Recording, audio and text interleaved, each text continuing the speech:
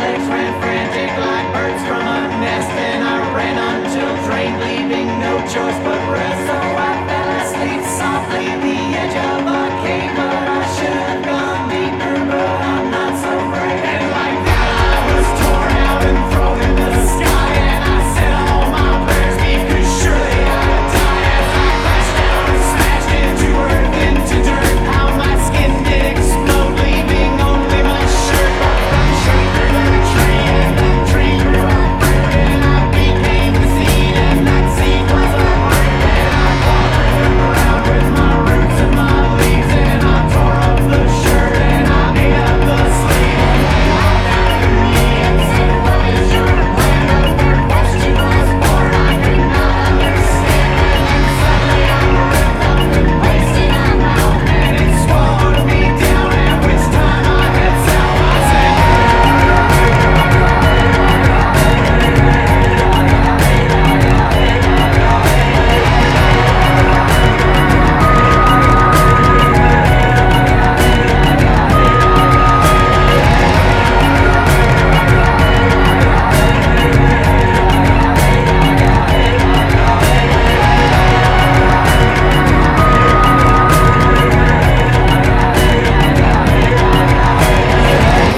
to see them, these two mighty steeds, with their mouths grinning wildly, expressing mine.